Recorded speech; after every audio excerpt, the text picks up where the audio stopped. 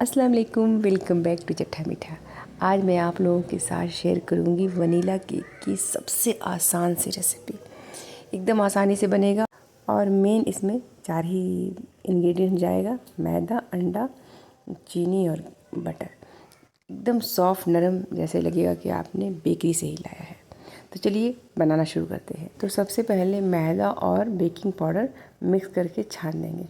तो टोटल इसमें 2 कटोरी मैदा गया है, यानी 2 कप। वैसे ही 2 टीस्पून हमने डाल दिया है बेकिंग पाउडर।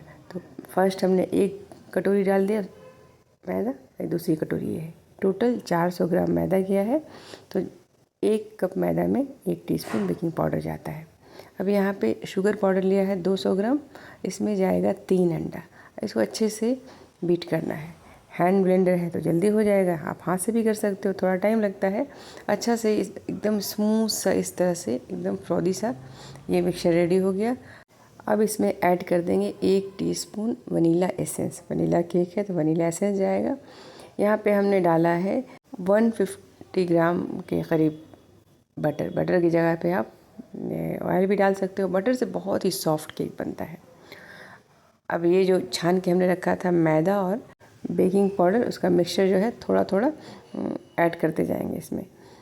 एक बार सारा नहीं डालना है। और यहाँ पे 1 कप यानी 200 ml के करीब जाएगा इसमें दूध।